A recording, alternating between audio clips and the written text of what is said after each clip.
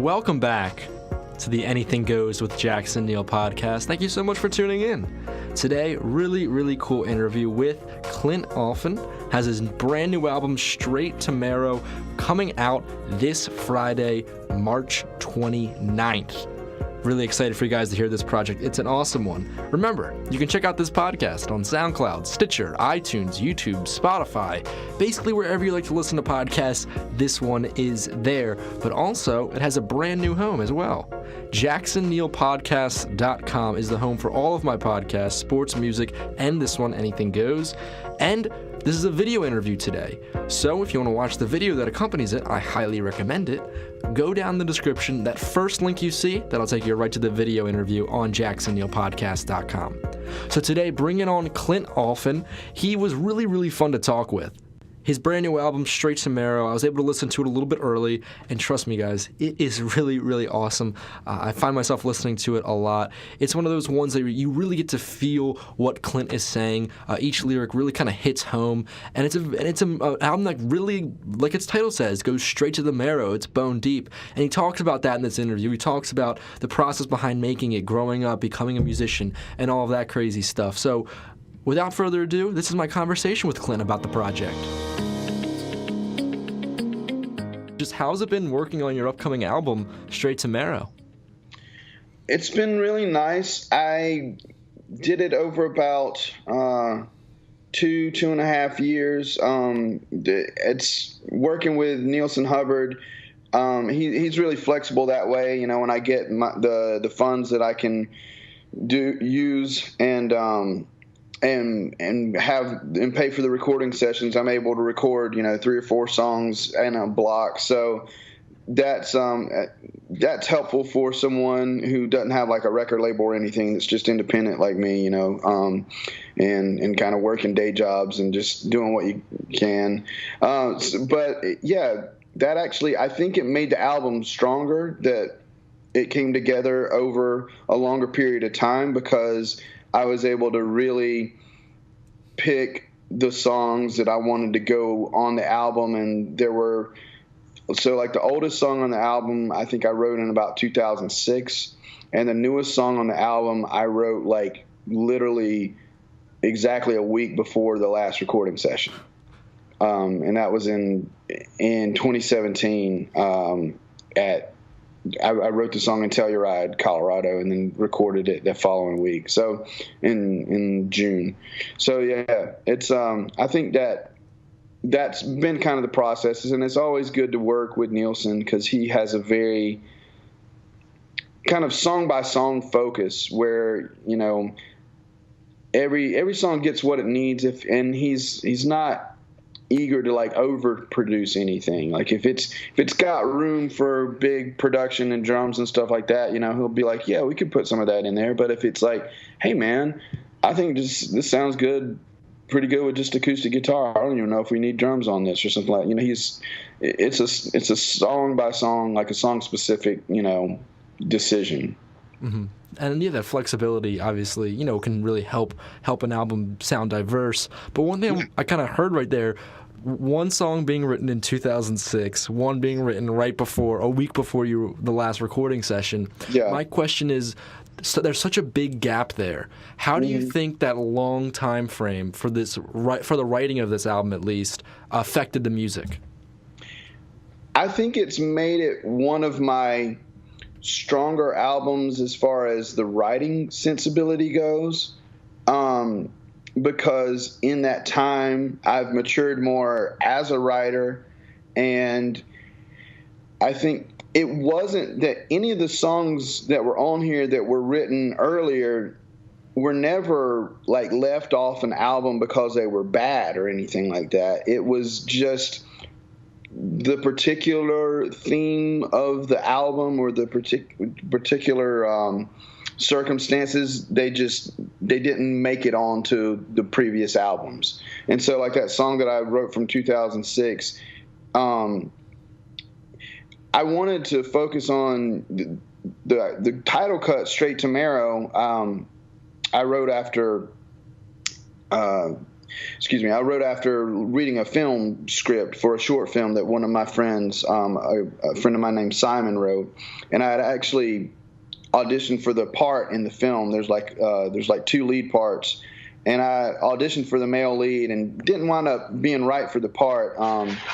But the song title came out of that. I had the title for a little while, and I wanted to write something because the idea is songs, lyrics, music that just kind of affects us and goes like right into our bones. That's the idea of the straight to marrow, or they come from someplace that's like, really either easy to write or it's not necessarily a labor. It just kind of happens. And I really wanted most of all the songs on this to be from that place. And so it was kind of nice that studying and familiarizing myself with that short film script was what triggered the song that became the title song at about like 3 a.m. And so that song also fits the bill as having come from that place. But the song from 2006, it's called You Lied, and it was, it came from that place, and it was about, this idea of kind of heartbreak, and then also like, people that try to assert like influence over you, like, either parents or religious people or something like that, and where it's not necessarily meant to be like a takedown of anything like that. It's more just the character's particular struggle in that moment of time.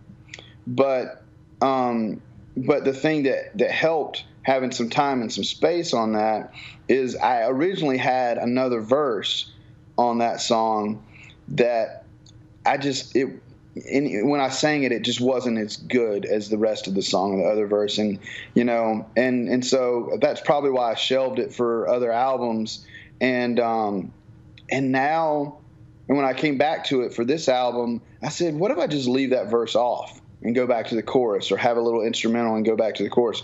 And I played it like that, and I was like, oh, okay, that makes the song work, and in that way. And now, with everything that's happened in the world, especially with the election in 2016 and just all, how crazy our politics have become, like, I never intended it to be a political song, so to speak. And it doesn't necessarily have to take that tone now, but like, now that I listen to it and play it back in the context of everything that's happened in the past 10 years, it takes on a different meaning for me. And so that's kind of cool. Yeah, that is definitely cool to see something maybe you wrote way before, as time changes, can get, that thing, it just can be applied over and over again to maybe different situations. Yeah.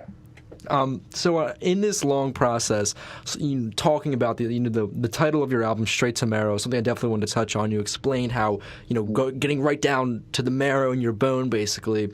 And, I guess lots of personal songs on this, I would, assume. And it's with that personal touch. Do you think having the longer period of time made it, I guess you would say, almost easier, or made you more comfortable with producing a more personal album? I think so. I think it gave me more confidence in knowing what songs I wanted to put on the album, and like not being shy about putting them out there. This was the second album that I've done with Nielsen, and the last album, Postmodern Man, I did in a similar sort of way, where it was, we did sessions as I had time to do them, and I think I made that album over about 3 years or 2 years, kind of the same time period. And so I think this album stands alongside that one in, I don't think I would call it necessarily stronger, but it's just as strong. And I think since this was my second album that I had done with Nielsen, I think we were more in sync, and kind of I knew what to ask for and how to and how to advocate for, collaborate with the album a little bit better. So I'm not sure if that answers your question, but definitely being able to look over the songs that I had and to pull them from a longer time period and to have had more years of like perspective on them, I think helps the album. So, yeah, definitely. I could definitely see that. And also, you mentioned they're working with Nielsen for the second time. It also has to be, for especially a personal album like we're talking about, has to become more comfortable. Has to become better musically when you're working with the producer for that second time. You gain more of a rapport.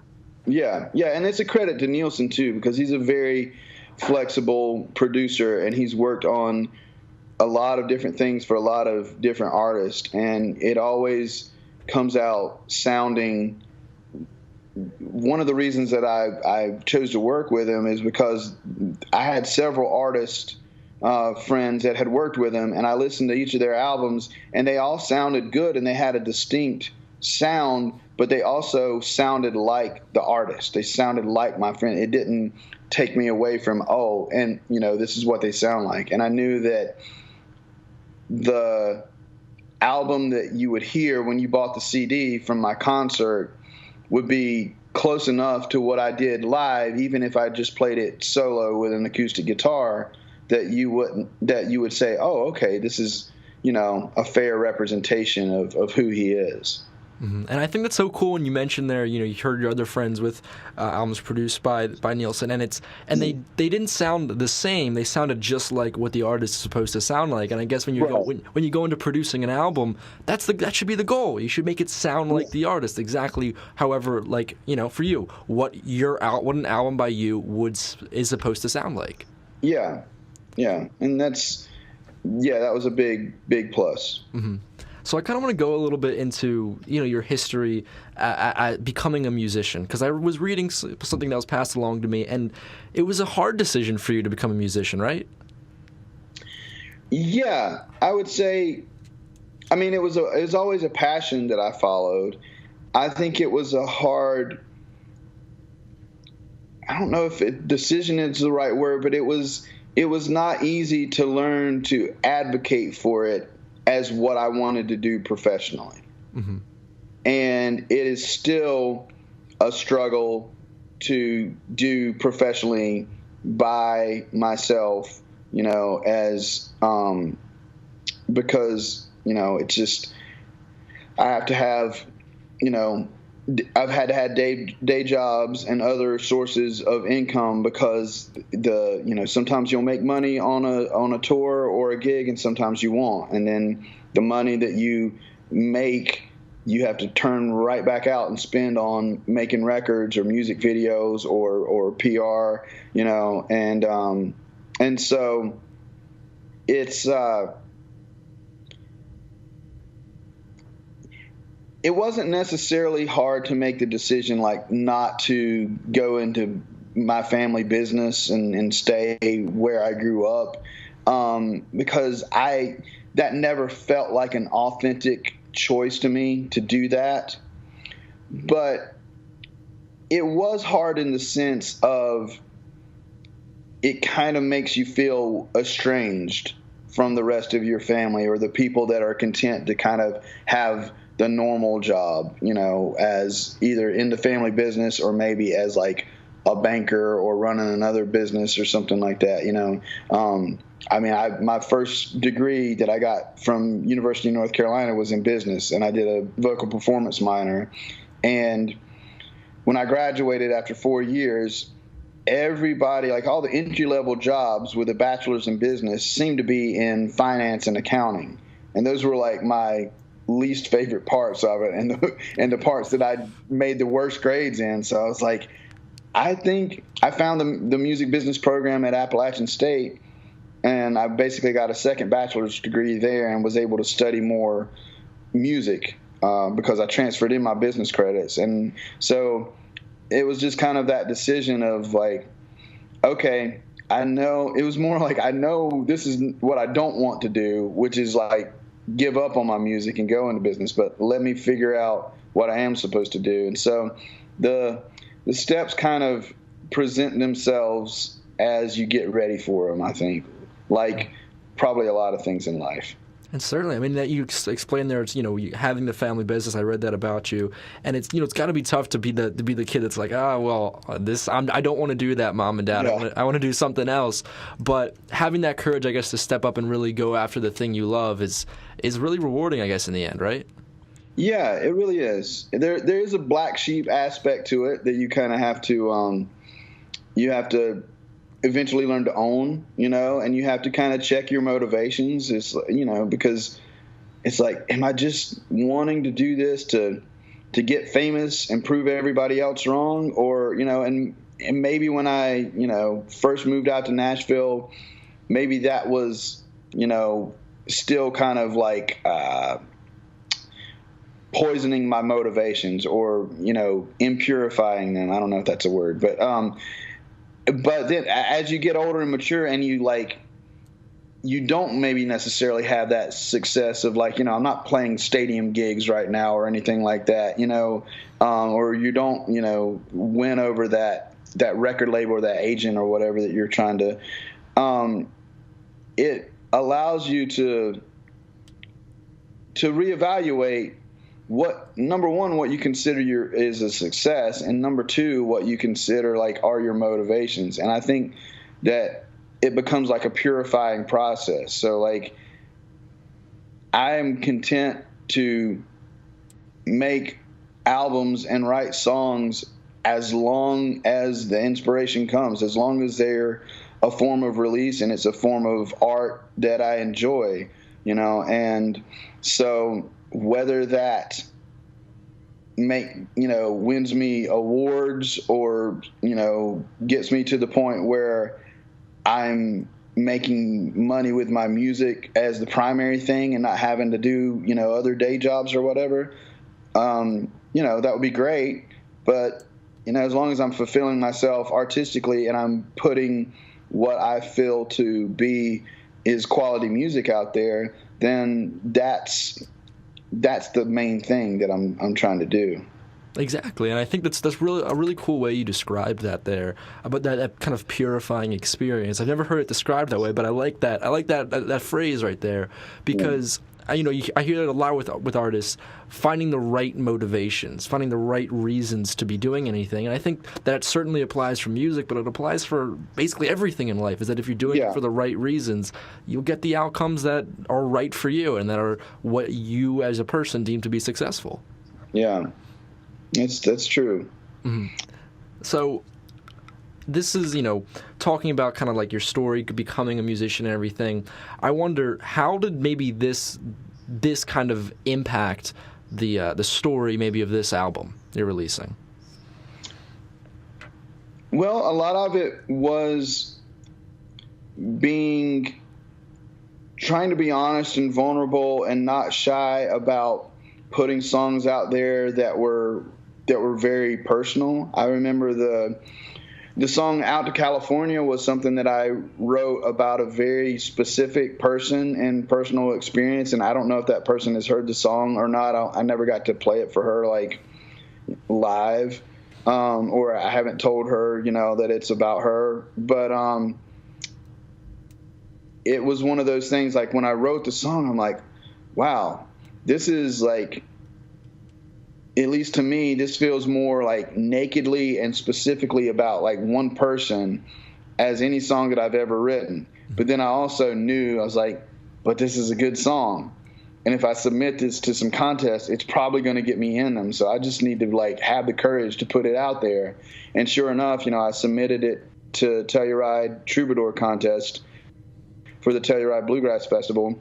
And that's the song that they selected and got me into the finals for the third time that I was in the finals, and that was 2017. That was the year I eventually won. So, it's kind of having that courage to know it's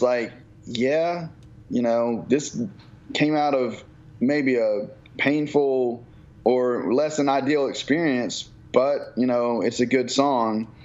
And then, another example is the song that I end the album with, the song about my grandfather and grandmother. that was something very personal too, in a different way, in a way that like these were people that are a big part of the reason why I'm still pursuing music, because they were always encouraging, and they also did very well financially in life, and were, basically the reason that I graduated college without any student loan debt, and they were always generous, not only with their hearts and their time, but also with their money, because they had the sense that they had been blessed, and that part of their responsibility was to share that. Mm-hmm. And also, so my grandfather started the family business as a grocery store. He started with him and his brother. It was called Alphin Brothers. And I always felt that my grandfather understood me a little bit more as far as what I was trying to do with my music, or the fact that I was taking a risk in trying to build something from the ground up, instead of what my dad and his uncle and my parents' kind of generation did. Was they had the benefit of that business being built already, and so their job was to manage it and grow it, which is an important job, but it is fundamentally different from building something from the ground. Mm-hmm. I think that's a really cool parallel you drew right there between building up, in your grandfather's case, the grocery store and the family business, to yours as a musician. And when you explain it like that, it makes perfect sense how, trying to start something new, trying to, maybe take a little bit of a different path and say, I'm going to start this and I'm going to try to see if I can build this into something that can eventually be managed and, taken to a new level. Yeah. So I'm, hearing all these stories about this album. It's making me personally very excited about its release. I already got a chance to listen to it, but it's a very, very cool project. But I just want to ask, what do you hope people take away when they listen to this project? What I'm hearing from a lot of people, is that they're liking the songs, and that, particular songs might have resonances with them more than others. And I just hope that everybody is able to take some sort of experience away from it, from one of the songs or a lot of the songs that impacts them, in that spot, in that kind of straight to Marrow spot. If the song about my grandparents, makes you think about your grandparents, and that hits you in a very emotional spot or a visceral reaction, then, that's great, or if it's another song, or, even, the songs like Bless Your Heart, or, or the Ain't That Something, the bluesier song, the ones that are just supposed to be kind of fun, those are fun, but they also come from a very honest place of just, I guess, joy, or just, not taking yourself too seriously, and just having a fun song. And so if that's the songs that resonate with them too, then that's great. I just hope that there's something for everybody that listens to it. Well, that sounds really cool. And thank you so much for doing this interview. Thanks, Jackson. It was good to talk to you. Again, a big thank you to Clint for coming onto the podcast. I had a lot of fun talking with him, and an album you guys definitely need to check out, Straight to Marrow. Remember, down in the description, I put some links to stuff you can check out by Clint. The album comes out this upcoming Friday, so make sure to look out for that. But go follow him on Twitter, follow him on Instagram, check out some of his old stuff in preparation for this project. I promise you won't be disappointed. This is definitely one that I think all of you guys are going to enjoy. With that, that'll wrap it up for this edition of the Anything Goes with Jackson Neill podcast. Again, thank you so much for listening. Remember, go to jacksonneillpodcast.com. There you can find this podcast, Anything Goes with Jackson Neill, as well as my sports and music ones. It's the hub for everything that I publish. Also, if you like this content and you want a little bit more, check out my Patreon page. Link is in the description. There, you can become a member. There's different membership tiers starting as low as $3 a month. That's like about 2 cups of coffee, maybe only one if you go to Starbucks, depending on what you get. And there you can get access to bonus content. The first round of bonus content is coming on April 1st, and it even features some bonus content from interviews like this. I talked to Clint about, as you might have been able to see if you watched the video interview, he was wearing a North Carolina hat. He went to UNC. I talked with him about the basketball team. His parents owned a seafood distributing company. I talked to him about seafood and our favorite dishes. So a lot of fun, more of a lighthearted approach. So there's some fun bonus content from this interview and all of my other ones if you go subscribe on Patreon. First bonus content edition coming out April 1st. Also down in the description are links to my social media accounts at JacksonNeill20 on Instagram and Twitter. If you guys want to keep up to date with everything I'm doing, see all my content, all of that great stuff, then definitely follow me on those platforms. I like to think I'm interesting. I do my best to keep it interesting. Sometimes maybe you guys won't agree, but I like to think that I'm a pretty solid follow. Well, that'll wrap it up for this edition of the Anything Goes to Jackson Neill podcast. Thank you so much for listening. I'll see you all next time.